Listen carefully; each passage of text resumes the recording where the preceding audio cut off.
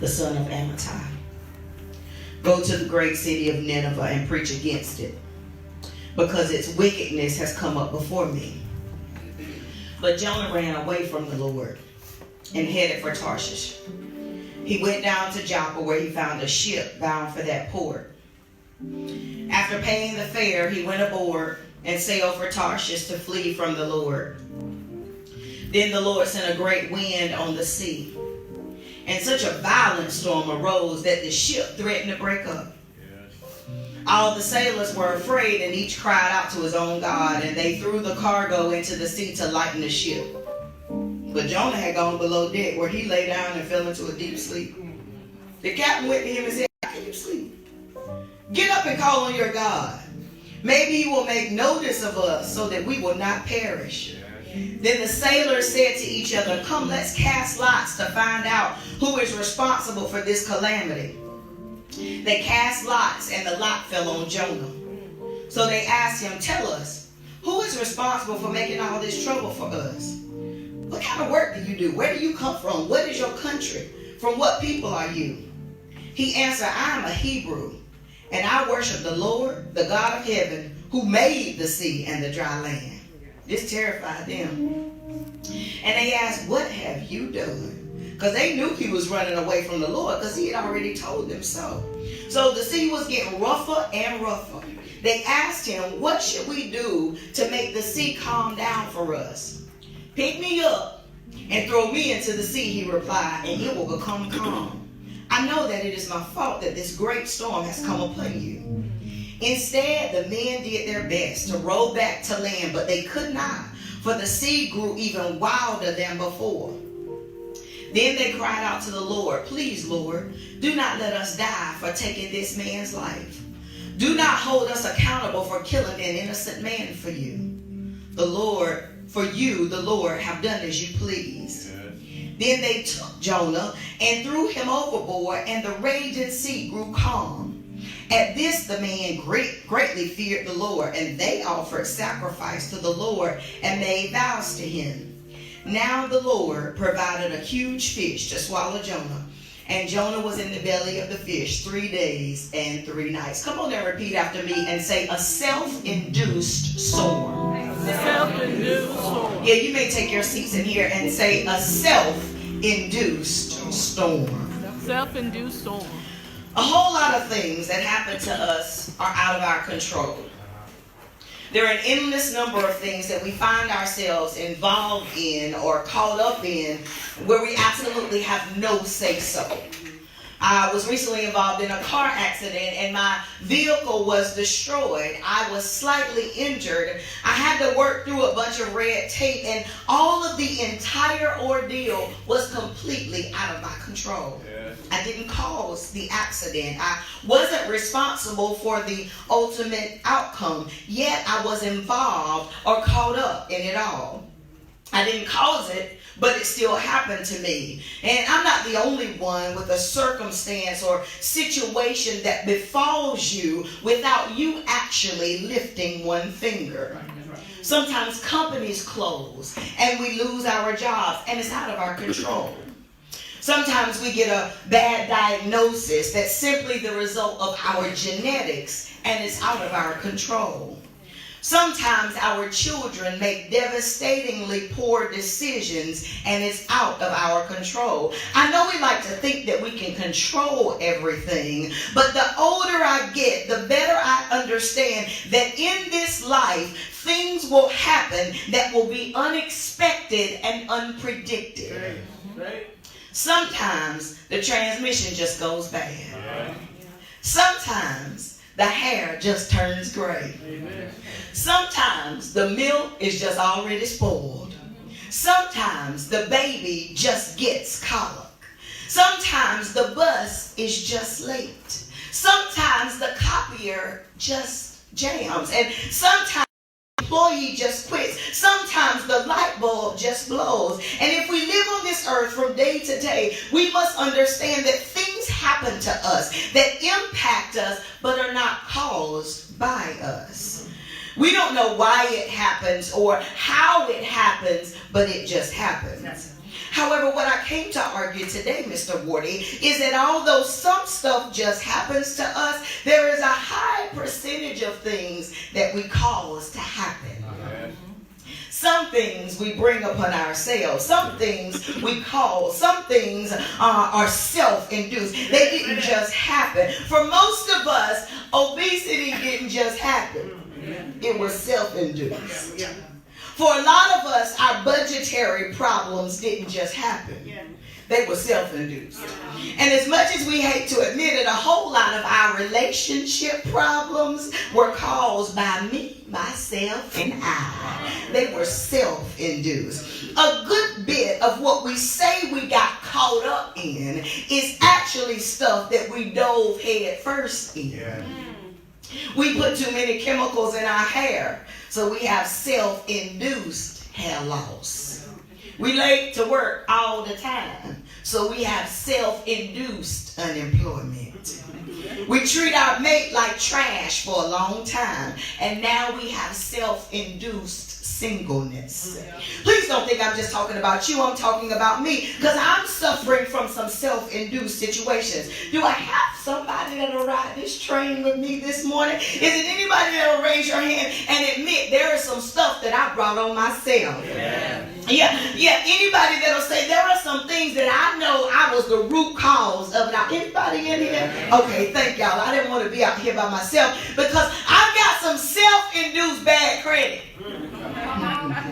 I've got some self-induced excess. I've got some self-induced beefs. I've got some self-induced addictions.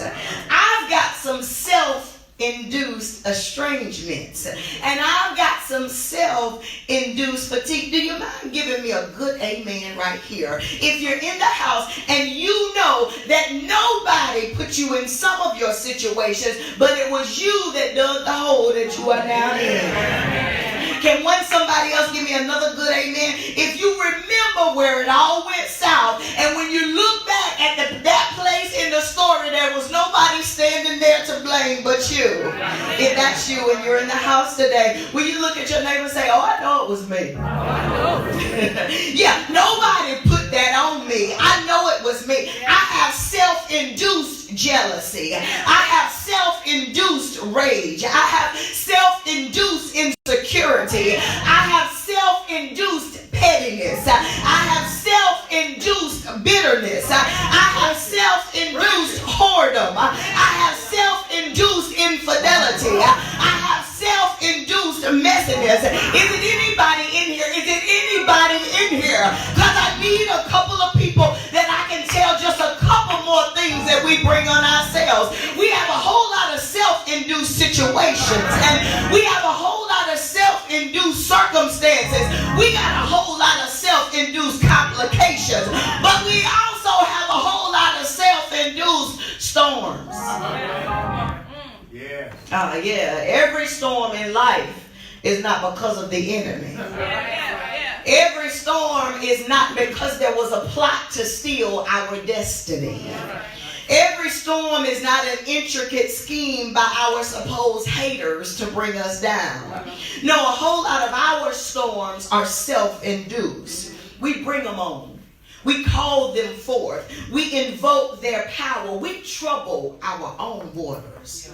A self-induced storm is one that is a direct result of our decisions, our behaviors, and our choices. A self-induced storm is not named Fran or Katrina or Andrew. That is, not unless your name is Fran or Katrina or Andrew. Because see, a self-induced storm has got our name written all over it. We summon the wind. We call forth the lightning. We petition the clouds. We beckon the rain. We send for the thunder. These are self-induced storms because of our attitudes and because of our conduct, because of our actions. We bring down the tempest upon ourselves.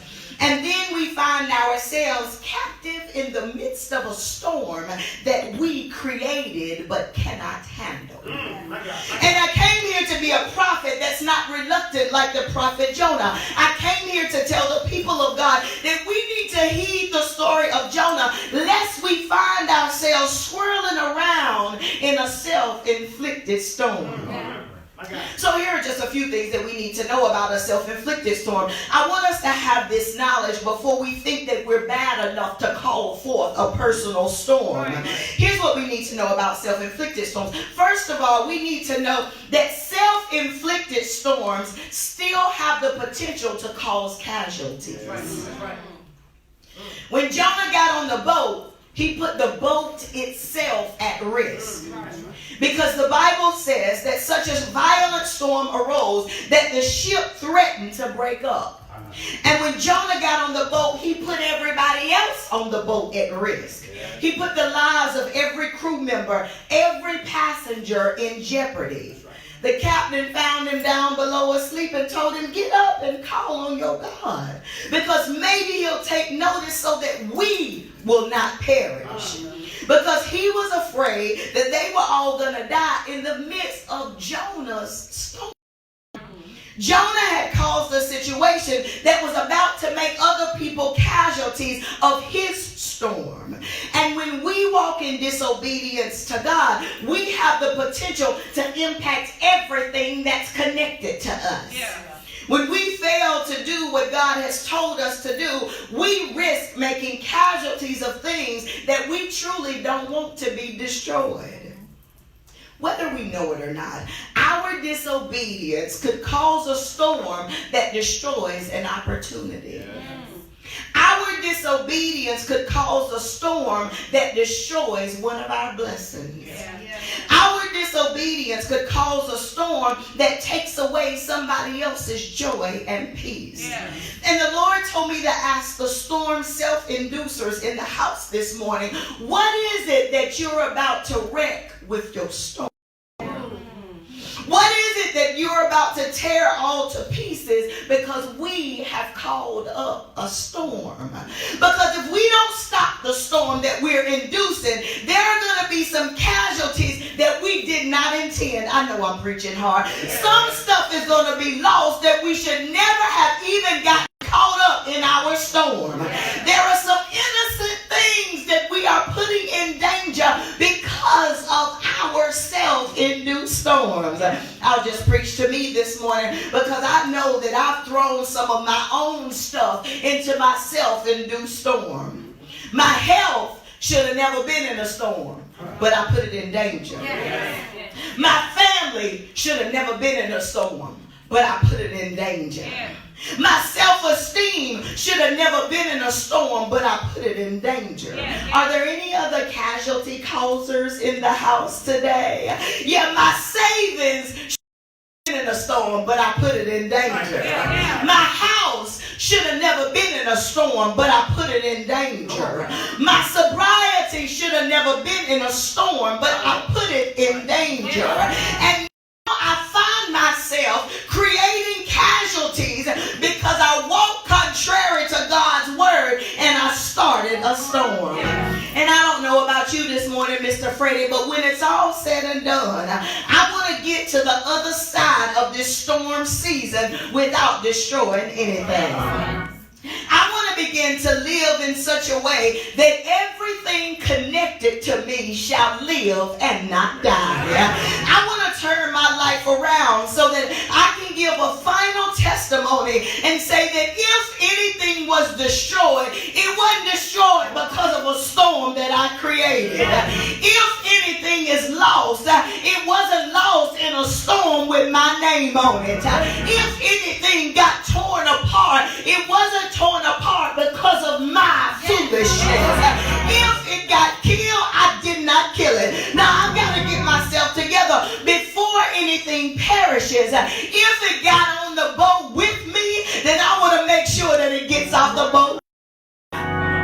I am determined not to be a destroyer. But I refuse to create a storm that's going to destroy everything around me. Do I have somebody in the house this morning that'll say, PK, I I might be a little bit guilty. I may have a few dead bodies laying behind some of my decisions. I may have some relationships that I killed in the storms that I caused.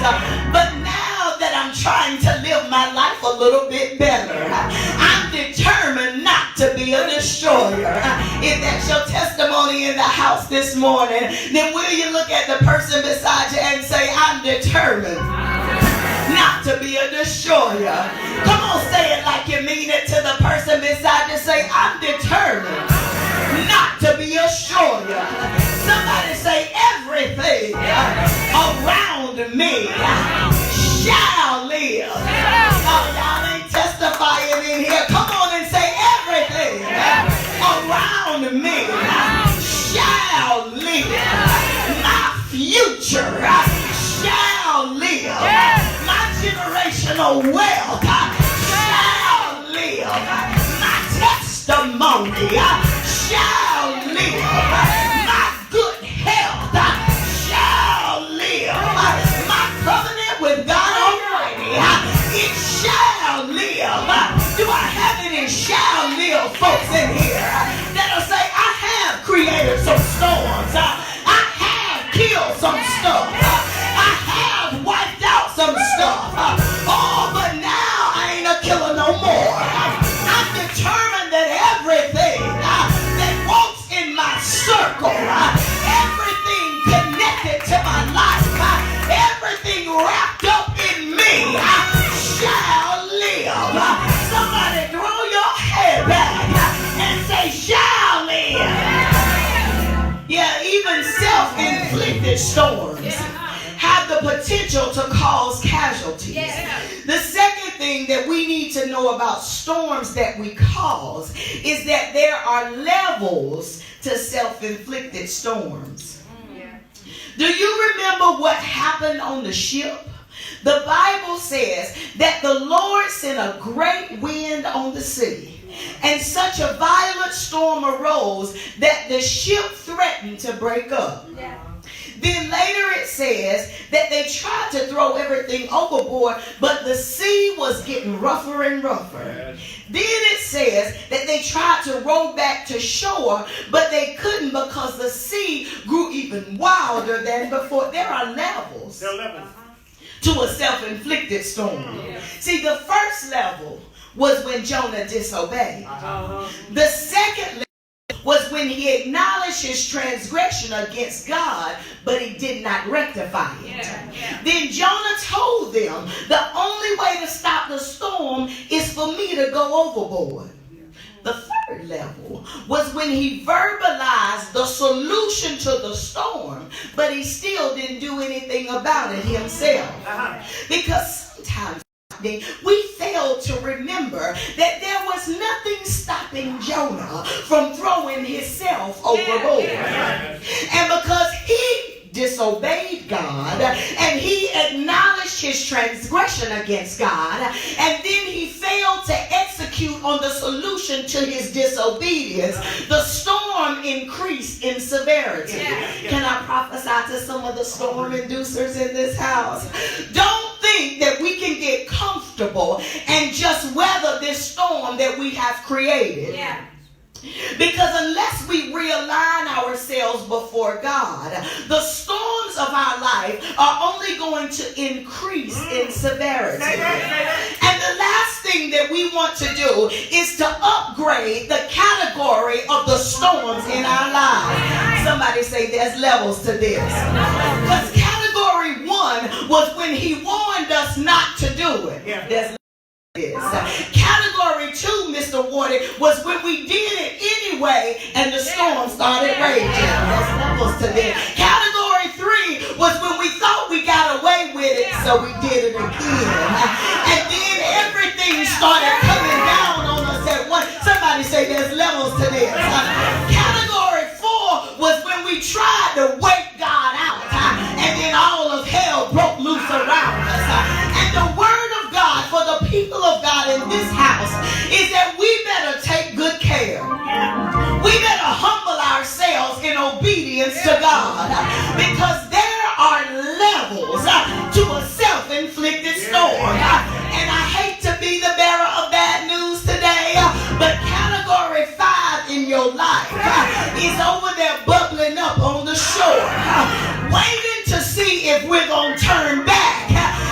what God has told us to do. Come on and tell somebody close by you, I can't take another level. Come on, tell somebody on the other side, I can't handle another storm upgrade. I gotta get right with God, and I gotta do it now. Is somebody in the house this morning that came in here with the storm already raging? Is there anybody in this house that understands that the power of a storm can always grow? Is there anybody in here that's familiar with winds that get stronger and stronger, and rains that get heavier and heavier, and clouds that get darker and darker, and thunder that gets louder and louder?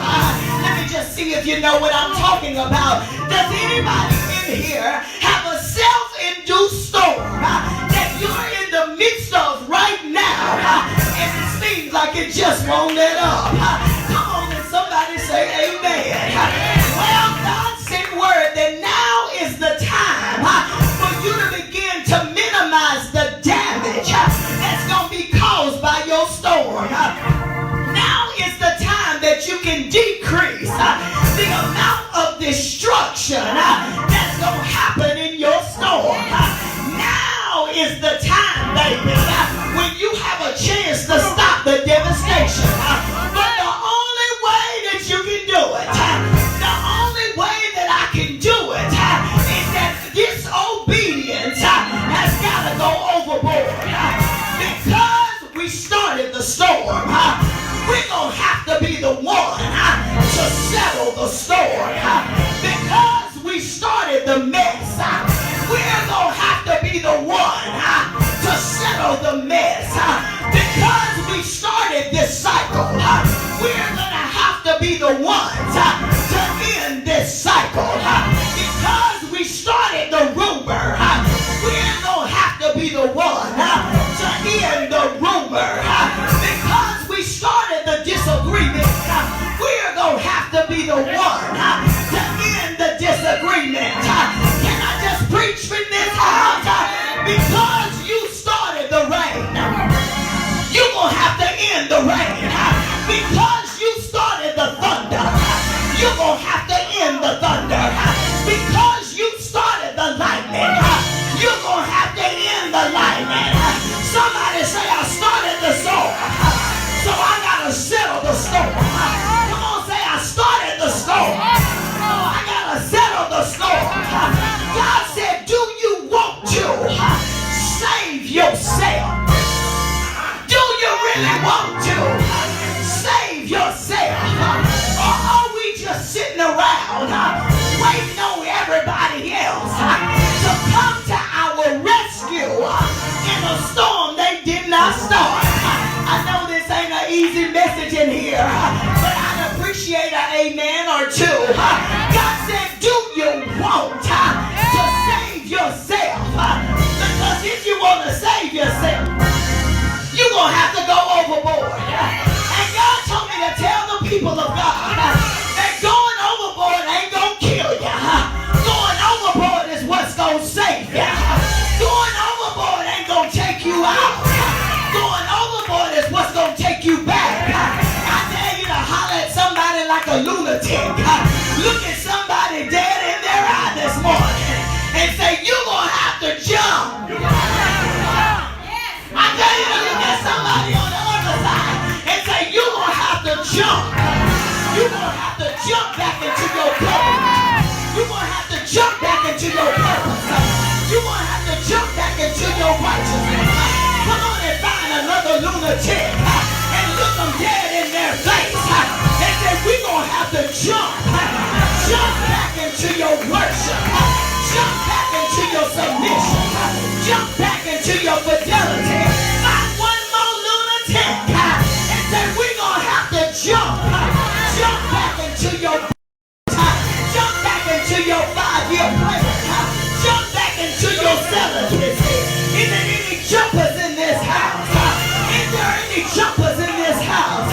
You better go ahead and jump, baby, before your world goes completely upside down. You better jump, baby, before you ain't got before the enemy truly takes you out. Somebody open up your eyes in here and say, I believe I'm going to have to jump. I'm going to have to jump back into my relationship with God. I'm going to have to jump back into my prayer life. I'm going to have to jump back into keeping my mouth closed. I believe I'm just going to have to jump. Because if I stay on this ship, being disobedient to God, then everything that's in my life, everything that's me, is going to end up going under. But can I just encourage you right here? Can I switch from sour to sweet? Because God told me right now that if you jump, even in a self-inflicted storm, the last thing that you need to know, even if you cause the storm, the last thing that you need to know, even if you brought on the storm, is that God will keep you, even in a self-inflicted storm. I know y'all know the end of this story, but even when the storm was raging, even when the billows were rolling, even when the rain was falling, God still kept Jonah in the midst of a self-inflicted storm. Can I just encourage you? Even if you started it, God's still gonna save you. Even if you started it, God's still gonna keep you. Because God kept Jonah in the midst of a storm that Jonah's disobedience had caused. Can I take y'all back to the story of Cain? Because even when Cain had killed his brother Abel, God sent him out from the garden, but he put a mark on him that said he's going to have the trouble. But I need everybody to know that you cannot kill him. And I came to encourage somebody to let you know that the storm you're in, it is not going to kill you, because God is going to keep you. The storm that you're in right now, oh Jonah, I need you to know that just because you jump, it doesn't mean you're going to drown. Is there anybody in this house that says, I know something about being in a storm and God still kept me? I know something about being in a storm and God still covered me. Will you high five somebody and say, the storm shook me, but it didn't drown me? High five somebody else and say, the storm shook me, but it didn't drown me, because I started it, but God finished it. I started it, but God finished it.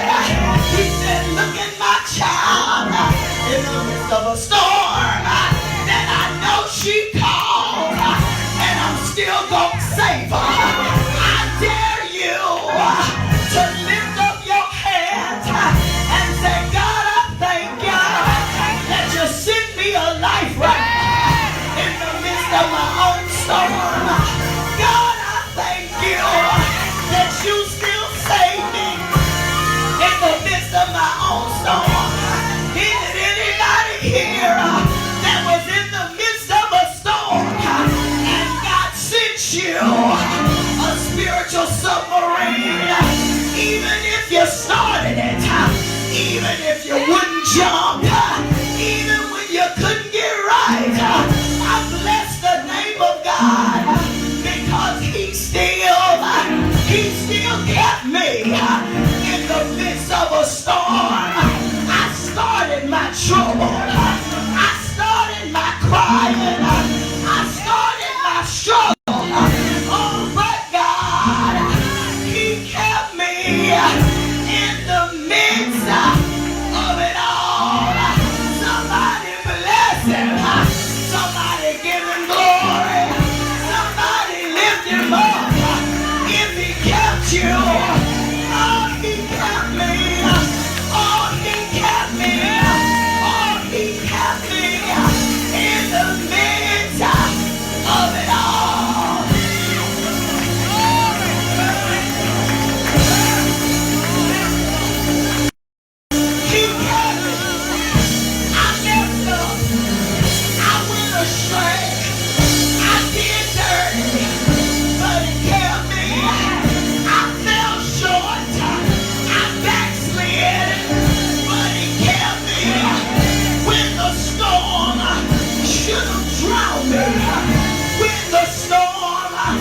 should have killed me, when the storm should have overtaken me. Somebody open up your mouth and say, He kept me. He kept me. He kept me in the midst of my soul.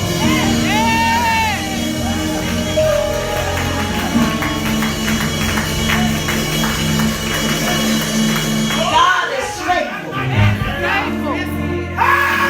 God is faithful. Thank you, Lord. When He should have killed me. That's right. He always could. But Ashman, when He should have killed me, Yes. Yes. He sent fish to rescue me. Yeah. He should have taken me out. Yeah. Because I didn't do what He said. I put other people at risk when I knew I was wrong. And I still didn't turn back and do right. Yeah. And He still. Yes. Yes. Yes. Thank you, Lord. Yes. Thank you, Lord. That's why that's my song when I say the one you saved. Yes. Because He shouldn't have saved me. Amen. Thank you, Lord. When I say He saved me, Yes. He didn't just come get me out of a little bit of something. He had to save me. I was in the clutches. Thank you, Lord. I was fully immersed. Yes. He saved me. Yes, Lord. That stuff was about to overtake me. Yes. I was about to lose my very existence and who I was. Yeah. Come on. He saved me. Yes, you did. Thank you, Lord. And it was self-induced. Yes.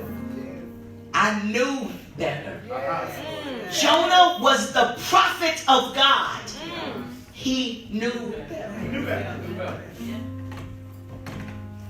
He knew the solution. Jonah knew the solution to save the people on the ship. Yeah. Yeah. And he still wouldn't jump.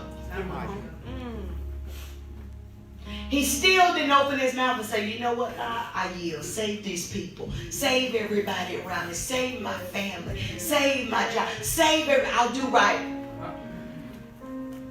He just said, yeah, it's me. That's how we do. Yeah. Children are in trouble. House is in trouble. Yeah, I missed. I'm not doing right now. Jump! Yeah. Whoa. That's right. Yeah. Yeah. Yeah. Before we kill everything around us. Yeah. Jump. Jesus. What makes you think that if you jump, God won't save you? If you go back and do what God said. As a matter of fact, if we go back and do what we told him we would do in the first place. Yeah. Because see, Jonah didn't have a problem being a prophet before when he didn't have a problem saying what God wanted him to say. Yeah. But when it came time for him to do something that he didn't want to do, he made a decision. Said, no, I'm not doing this, God. Guess why? I'm going to hear hard here. He said, I'm not going to do what you say, God, because they deserve it. I'm not going to do right, God, because they did me dirty. I do everything else you want me to do, but this right here I'm not going to do because this I don't feel that they deserve. I feel like I get to make a decision about what their penalty is going to be. And if you're not, because see, I know that if I do right, then that's going to help them, and I'm not going to help them. I'm talking to you. I'm talking to me. I'm talking about Jonah. See, I'm just speculating. Jonah was on that ship, and he was like some of us, Rodney. He said, I'd rather die than help them.